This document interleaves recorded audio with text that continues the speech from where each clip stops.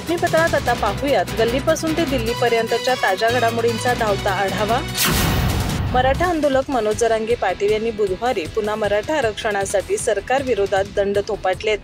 त्यांनी इथं पत्रकारांशी बोलताना येत्या 29 ऑगस्ट रोजी मुंबईत उपोषण करण्याची घोषणा केली। 29 ऑगस्ट रोजी मी मुंबईत उपोषणाला बसेल, त्यामुळे शेतकऱ्यांनी तोपर्यंत आपली शेतीची कामं उरकून घ्यावीत। ते तिथं मला फक्त नेऊन सोडण्यासाठी आले तरी पुरेसे आहे, असं ते म्हणालेत। मनोज जरांगे म्हणाले की मागील 2 वर्षांपासून आम्ही फार संयमानं घेत आहोत। सरकारने मागील उपोषण सोडताना आमच्या 4 मागण्यांची तत्काळ अंमलबजावणी करण्याची ग्वाही दिली होती, पण आज 3 महिने झाले अद्याप एकही मागणीची अंमलबजावणी झाली नाहीये। मला माझ्या समाजाच्या लेकरांच्या अडचणी पाहाव्या लागतात, त्यामुळे आम्ही संयम तरी किती दिवस पाळायचा। त्यामुळे आम्ही 29 ऑगस्ट 2025 रोजी मुंबईत जाण्याचा निर्णय घेतलाय। मुंबईत गेल्याशिवाय यावर तोडगा निघणार नाही हे आता आमच्या लक्षात आलंय। आता मुंबईत आमरण उपोषण होणार। आम्हाला आमच्या मागण्या मान्य करण्यासाठी पुन्हा एकदा ताकदीनं उठावं लागणार आहे। सर्व मराठा बांधवांनी 29 ऑगस्टच्या अगोदर आपापली कामं उरकून घ्यावीत। आता माघारी यायचं नाही। सगळे सोयरेच्या अधिसूचनेला 1.5 वर्ष लोटले, पण अद्याप त्यावरही काही झालं नाही। पुढील 1 ऑगस्ट रोजी मी माझ्या आंदोलनाची पुढील दिशा सांगेन। या सरकारने 100% आपली फसवणूक केली यात शंका नाही। सरकारला आता समजून घेण्याचं कोणतंही कारण नाही हे मराठा बांधवांनी लक्षात घ्यावं। त्यामुळे आता मुंबईला गेल्याशिवाय गत्यंतरच नाही। आंदोलनाची पुढील टप्प्याची रूपरेषा काय असेल ती आज मी सांगणार नाही, ती 1 ऑगस्टला सांगेन। तुम्ही सर्वांनी मला मुंबईत नेऊन सोडलं तरी पुरेसे आहे, असंही मनोज जरांगे यावेळी बोलताना म्हणाले। जम्मू काश्मीर येथील पहलगाममध्ये दहशतवादी हल्ल्याच्या पार्श्वभूमीवर मुस्लिम समाजाविरोधात द्वेषपूर्ण वक्तव्य करून सामाजिक वातावरण बिघडवणाऱ्यांवर कारवाई करण्यात यावी, अशी मागणी समाजवादी पक्षातर्फे अबू आझमी यांच्या नेतृत्वात करण्यात आली आहे। यासह विविध मागण्यांसाठी समाजवादी पक्षाने आझाद मैदानात आंदोलन केलं। यावेळी अबू आझमी यांनी भाजप नेते आणि मंत्री नितेश राणे यांच्यावर निशाणा साधला आहे।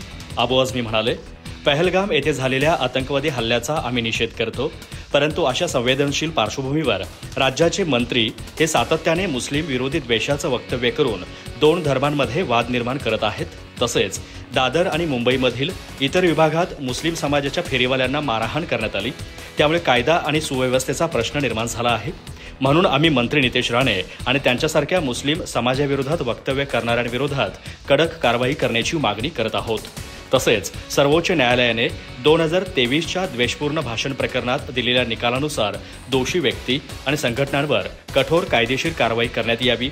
धर्मनिरपेक्ष संबंधांची पर्वा न करता द्वेष पसरवणाऱ्या, हिंसाचाराला प्रवृत्त करणाऱ्या, जनतेला धमक्या देणाऱ्या, आर्थिक बहिष्काराचे आवाहन करणाऱ्या, धर्म, जात, प्रदेश, भाषा या आधारावर लोकांमध्ये फूट पाडणाऱ्या सर्व संघटनांवर बंदी घालण्यात यावी। तसेच प्रत्येक नागरिकाच्या व्यवसाय, व्यापार, धंदा करण्याच्या मूलभूत अधिकारांचे आणि स्वातंत्र्याचे राज्याने आपल्या घटनात्मक कर्तव्यानुसार संरक्षण करावे, अशी मागणी यावेळी करण्यात आली आहे। पहलगाममध्ये झालेला हल्ला हा या देशावरील हल्ला आहे। ज्या व्यक्तींच्या कुटुंबामध्ये शहीद झाले त्यांनी ही देशासाठी दिलेली किंमत आहे। त्यामुळे या ठिकाणी धर्म, जात, पात, भाषा या गोष्टी आणायच्या नाहीत। भारतीयांवर हल्ला कोणत्याही शक्ती करत असतील तर देशवासियांना देखील कशाचीही अपेक्षा न करता एकत्र राहावं लागेल, अशा शब्दात राष्ट्रवादी काँग्रेस शरदचंद्र पवार पक्षाचे नेते शरद पवार यांनी धर्म विचारून हल्ला झाला नसल्याच्या या वक्तव्यावर होणाऱ्या टीकेला प्रत्युत्तर दिलंय। देशाचे प्रधानमंत्री आणि अन्य सहकारी यासंबंधीची उपाययोजना करत आहेत, त्याला पूर्ण सहकार्य आम्हा सर्वांचं आहे। त्या संबंधीचे वक्तव्य आम्ही सर्वपक्षीय नेत्यांनी केलंय। सर्व पक्ष बैठकीमध्ये आमच्या प्रतिनिधींनी देखील तशीच भूमिका घेतली आहे। त्याच भूमिकेवर आम्ही पुढे जाणार असल्याचा दावा देखील शरद पवार यांनी केलाय। महाराष्ट्राची कुलस्वामिनी आई तुळजाभवानी मूर्तीच्या प्राणप्रतिष्ठा सोहळ्यानंतर शरद पवार यांनी प्रसारमाध्यमांशी संवाद साधला। ठाणे इथं तुळजाभवानी मंदिराचा प्राणप्रतिष्ठा सोहळा शरद पवार यांच्या उपस्थितीत पार पडला। मात्र आपण आता पवित्र स्थानी आहोत, त्यामुळे राजकारणावर भाष्य करायला नको, असं देखील शरद पवार म्हटले। पहलगाम हल्ल्यासंदर्भात चर्चा करण्यासाठी विशेष अधिवेशन घेण्याची मागणी काँग्रेस खासदार राहुल गांधी यांनी केली आहे। त्या मागणीला देखील पाठिंबा शरद पवार यांनी दिलाय। या संदर्भात ते म्हणाले की विशेष अधिवेशन घेण्याची मागणी आमच्या काही सहकार्यांनी केली आहे। या प्रश्नावर सर्व देश एक आहे, सर्व पक्ष एकत्र आहेत, सर्व नेते एक आहेत. हा संदेश सर्वत्र पाठवण्यासाठी अधिवेशन उपयुक्त ठरेल, असं देखील शरद पवार यांनी म्हटलंय. पहलगाम दहशतवादी हल्ल्यावर चर्चा करण्यासाठी संसदेच्या विशेष अधिवेशनाची मागणी करण्यापूर्वी अखिल भारतीय काँग्रेस कमिटीचे अधिवेशन बोलावून ज्या काँग्रेस नेत्यांनी पहलगाम पीडितांचा अपमान केला त्यांच्यावर कारवाई करणार का याबाबत भूमिका जाहीर करावी, अशा शब्दात शिवसेना संसदीय पक्षाचे नेते खासदार डॉक्टर श्रीकांत शिंदे यांनी काँग्रेस पक्षाला खडसावलं. मुंबईत ते बोलत होते. खासदार डॉक्टर श्रीकांत शिंदे म्हणाले की काँग्रेसने आधी स्वतःकडे पाहावं. संसद अधिवेशनाची मागणी करण्याआधी काँग्रेसने तात्काळ अखिल भारतीय काँग्रेस कमिटीचं अधिवेशन बोलवावं आणि आपल्या वरिष्ठ नेत्यांनी केलेल्या वक्तव्यांबाबत स्पष्ट भूमिका मांडावी. विजय वडेट्टीवार यांनी पीडितांच्या अनुभवावर शंका घेतली. कर्नाटकातील काँग्रेस मंत्री आर.बी. थिमापूर आणि श्री सिद्धरामय्या यांनी धर्म विचारून दहशतवाद्यांनी केलेल्या हल्ल्याला नाकारलं. सैफुद्दीन सोज यांनी पाकिस्तानच्या वक्तव्यावर विश्वास ठेवण्याचं सुचवलं आणि तारिक हमीद कर्रा यांनी पाकिस्तानसोबत संवादाची मागणी केली. ही केवळ वैयक्तिक मतं नाहीत, तर एक धोकादायक आणि देशविरोधी विचारसरणीचं लक्षण आहे, असं खासदार डॉक्टर श्रीकांत शिंदे म्हणाले. रॉबर्ट वड्रा यांनी केलेलं वक्तव्य की आतंकवाद्यांनी भारतातील मुस्लिमांवरील कथित अन्यायामुळे हल्ला केला हे पूर्णपणे निंदनीय आणि निषेधार्ह आहे. काँग्रेस नेत्यांची अशी वक्तव्य केवळ राजकीय अपरिपक्वता नाही, तर पीडितांच्या जखमांवर मीठ चोळण्याचा प्रकार आहे, अशी टीका खासदार डॉक्टर शिंदे यांनी केली. हल्ल्यात मृत पावलेल्या बांधवांच्या विधवा पत्नी आणि अनाथांच्या वेदनांचा उपहास करण्यासारखं अमानवी कृत्य आहे.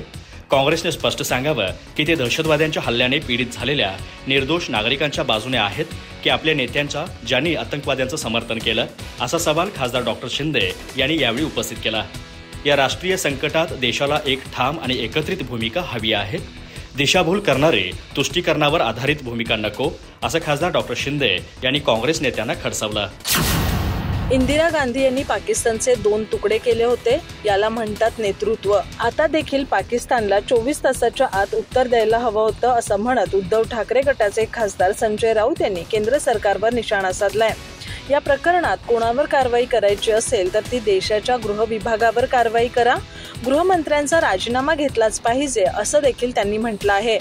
आम्ही सरकारच्या पाठीशी आहोत, मात्र सरकारच्या चुकांच्या पाठीशी नाही, असं देखील संजय राऊत यांनी म्हटलंय. पहलगाम हल्ला आणि काश्मीर संदर्भात चर्चा करण्यासाठी 2 दिवसांचं विशेष अधिवेशन घेण्याची मागणी काँग्रेसचे नेते राहुल गांधी यांनी केली आहे. मात्र सरकार असं अधिवेशन घेणार नाही. काश्मीर प्रश्नावर सरकार कोणालाही बोलू देणार नसल्याचा आरोपही राऊत यांनी केलाय. सरकारने लष्कराला मोकळीक देणं ही काही मोठी गोष्ट नाही. भारतीय लष्कर ही खूप मोठी सेना आहे. काल आपण पाहिलं की भारताने राफेल जेट खरेदी करण्यासाठी फ्रान्ससोबत 60,000 कोटी रुपयांचा करार केलाय. पंतप्रधानांनी लष्कराला मोकळीक दिली आहे, ते करायलाच हवं. काश्मीर हे लष्करामुळेच भारतात आहे. काश्मीरमध्ये लष्कराला मोकळीक होती तरी देखील पहलगाम हल्ला झाला. यात राजकीय नेतृत्वाची भूमिका काय आहे? तुम्ही जबाबदारी लष्करावर सोडून देऊ शकत नाही. गृह मंत्रालय जबाबदार आहे. गुप्तचर यंत्रणा काय करत होती? ती काय अयशस्वी झाली? असे प्रश्न देखील संजय राऊत यांनी उपस्थित केले. प्रधानमंत्री नरेंद्र मोदी हे सर्वपक्षीय बैठकीला उपस्थित न राहता ते बिहारच्या निवडणुकीला प्रचाराला गेले, असा आरोप देखील संजय राऊत यांनी केलाय. राहुल गांधी यांनी मात्र त्यांचे सर्व पूर्ण नियोजित कार्यक्रम रद्द करून ते जम्मू काश्मीरला गेले, असं देखील राऊत यांनी म्हटलंय. राहुल गांधी सर्वपक्षीय बैठकीला उपस्थित राहिले याला मौन बाळगणं किंवा श्रद्धांजली वाहणं असं म्हणतात, असं देखील संजय राऊत यांनी म्हटलंय. राज्याचे जलसंपदा मंत्री राधाकृष्ण विखे पाटील यांच्या अडचणीमध्ये वाढ झाली आहे. सर्वोच्च न्यायालयाच्या आदेशानंतर त्यांच्या विरोधात गुन्हा दाखल करण्यात आला आहे. राधाकृष्ण विखे पाटील, माजी मंत्री अण्णासाहेब मस्के आणि इतर 54 जणांविरोधात फसवणुकीचा गुन्हा दाखल झाल्याने जिल्ह्याच्या राजकीय वर्तुळात खळबळ माजली आहे. साखर कारखान्याच्या कर्जमाफी प्रकरणात 9 कोटी रुपयांच्या कथित अपहाराच्या प्रकरणी लोणी पोलीस ठाण्यात ही तक्रार नोंदवण्यात आली आहे. शेतकऱ्यांच्या नावावर राष्ट्रीयकृत बँकांकडून कर्ज घेऊन शेतकऱ्यांना वितरित न केल्याचा आरोप ठेवण्यात आला आहे. 2004, 5 आणि 2007 या साली अपहार केल्याचं फिर्यादीत नमूद केलं आहे. तसेच कारखान्याच्या तत्कालीन संचालक मंडळावर गुन्हा दाखल करावा या मागणीसाठी प्रवरा कारखान्याचे सभासद बाळासाहेब केरुनाथ विखे यांनी सर्वोच्च न्यायालयात धाव घेतली होती. त्यानुसार सर्वोच्च न्यायालयाच्या आदेशानंतर राधाकृष्ण विखे पाटलांसह 54 जणांवर भादस कलम 415, 420, 464, 465, या कलमान्वये गुन्हा दाखल करण्यात आला आहे। दरम्यान राधाकृष्ण विखे पाटील हे राज्यातील नेते तसेच कॅबिनेट मंत्री आहेत, त्यामुळे पोलीस त्यांच्या विरोधात तक्रार दाखल करून घेण्यास टाळाटाळ करत होते। त्यामुळे तक्रारदार बाळासाहेब केरुनाथ विखे यांनी राहता येथील प्रथम वर्ग न्यायदंडाधिकारी यांच्या न्यायालयात फिर्याद दाखल केली होती।